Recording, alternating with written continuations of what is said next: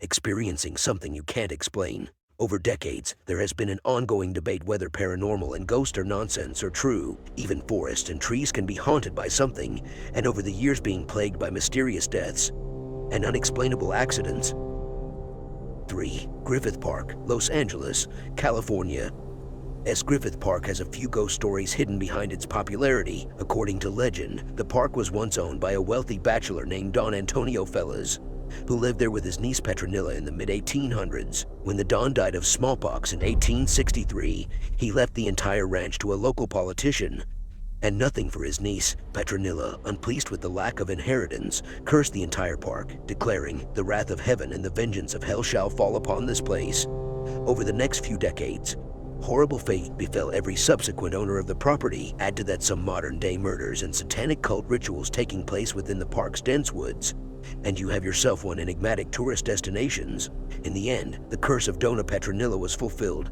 The land's owners died ignoble and violent deaths, and gifted to the people. Griffith Park is not making anyone rich, as Dona Petronilla vowed it would never. Still, some believe the ghost of Dona Petronilla is not satisfied with the fulfillment of her bloody curse.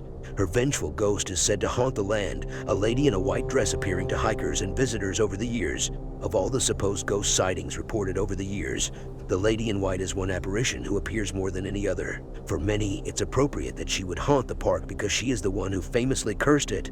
But according to folklore, Dona Petronilla is not alone in haunting the hills. Actress Peg Entwistle, who infamously leapt to her death from the H in the Hollywood sign in 1932, is said to startle hikers, appearing in all her 1930s Hollywood garb. Entwistle's death was widely publicized, and the dramatic suicide of a despondent actress struck a nerve in Hollywood. 80 years after her death, the community organized an outdoor showing of her only film, 13 women, donating the proceeds of the event to the American Foundation for Suicide Prevention. The Los Angeles Times reported, over the years, Griffith Park has been the final resting place for many a murder victim. In the 70s, it was the preferred dumping ground for the hillside strangler. Every year, police are called to the massive wilderness park when unlucky hikers stumble upon bodies. In this year alone, a woman's body was dumped in the park and found wrapped in blankets. A man's body was found in a park restroom, and another man's body was discovered near a high-voltage transmission tower in the park. And every year, when the living Angelenos are looking for a good scare, they head to Griffith Park for the Los Angeles Haunted Hayride. The spooky event includes a ride, a series of mazes and haunted houses with toe-curling terrors that fit right in with the storied park's dark past. 2. Elfin Forest, California. The community of Elfin Forest sounds like it belongs in the world of Tolkien, even though it lies just southwest of Escondido in San Diego County. How fitting, then, that it is crawling with tall tales, myths, and stories of haunted spirits and goblins. Legend has it that gypsies used to occupy Elfin Forest in the early 19th century, until nearby townsfolk drove them out and slaughtered those that remained behind. The gypsies exacted revenge by cursing the forest and all its surrounding lands. Today, people have claimed to see all kinds of eerie apparitions, like a floating woman dressed in white, a cloaked spirit riding a black stallion, and mysterious footprints. With curvy roads, creepy trees growing over the paths, and eerie sights and sounds, Questhaven embodies many fears that seep into the holes of the subconscious and have the power to test the nerves and will of many. With no cell phone reception or friendly places to look to with pleas for help, if rumors hold true, the horrors of Questhaven sound overwhelming for any brave soul to face alone. A few locations that are glorified in tales of Questhaven are the stories of the abandoned insane asylum and the legendary cult house. With gates and barbed wire lining the property, the entrance to the ruins of the rumored insane asylum has an old wooden fence and a sign with sleeping elves painted on it, reading Elfin Forest. Behind the torn and defiled fence lays acres of land and building foundations left in shambles, defended by armies of nocturnal spirits and savage animals.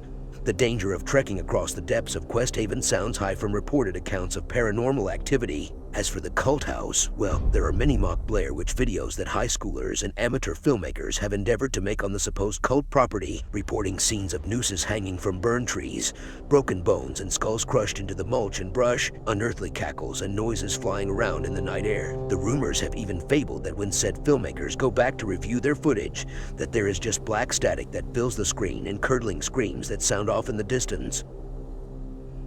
1. Pine Barrens, New Jersey. The Pine Barrens of New Jersey encompasses over 1.1 million acres of preserved woodlands spanning 7 counties. Though this forest is in the heart of America's most densely populated state, situated between two major cities, the land is mostly rural and dotted with ruins of former mill and mining settlements, along with an incredible assortment of ghost towns. This heavily forested stretch of the state is also known for an abundance of ghosts. The area thrived during the colonial era, host to sawmills, paper mills, and other industries. People eventually abandoned the mills and surrounding villages when coal was discovered to the west in Pennsylvania, leaving behind ghost towns and, some say, a few supernatural wanderers. The most popular Pine Barrens resident is without a doubt the Jersey Devil. According to legend, the creature was born in 1735 to Deborah Leeds, her 13th child. With leathery wings, a goat's head, and hooves, it flew up the Leeds chimney and into the Barrens, and it has been killing livestock and creeping out South Jersey residents ever since. In 1978, Congress designated 1.1 million acres of coastal plain in southern New Jersey to be protected as part of the Pinelands National Reserve. This was America's first national reserve, established to protect the unique ecology of the region. However, the history of the Pine Barrens dates back much further than 1978. Lenni Lenape Indians first inhabited the area around 1200 AD. European settlements began springing up along the Mullica River by 1694. The iron industry brought jobs and wealth to the Pine Barrens, with New Jersey producing much of the iron used during the Revolutionary War and War of 1812. Reports of Jersey Devil sightings date back to 1820 when Joseph Bonaparte claimed to have witnessed the Jersey Devil on his Bordentown estate. The creature was blamed for livestock killings in the 1840s and again in the 1920s. The most famous incidents of panic over the Jersey Devil occurred in 1909.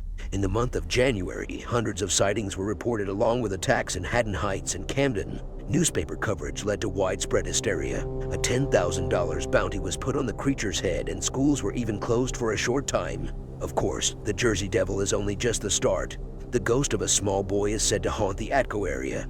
The victim of a hit and run, he roams Birdmill Road, still searching for his killer. If you drive down the road at night and turn off your lights, you may just see a boy running for his ball. However, I wouldn't recommend turning your lights off on a dark road unless you're looking to be the next Pine Barrens ghost. Another spirit said to roam the Pine Barrens is the ghost of James Still, an African-American doctor during the time of slavery. Legend says that he was lynched when locals found that he was practicing medicine. Some say he died of natural causes, but most believe he is a friendly ghost, assisting those lost or injured in the area. Other ghosts include a blonde woman, white stag, black dog, and the headless spirit of the infamous pirate, Captain Kidd.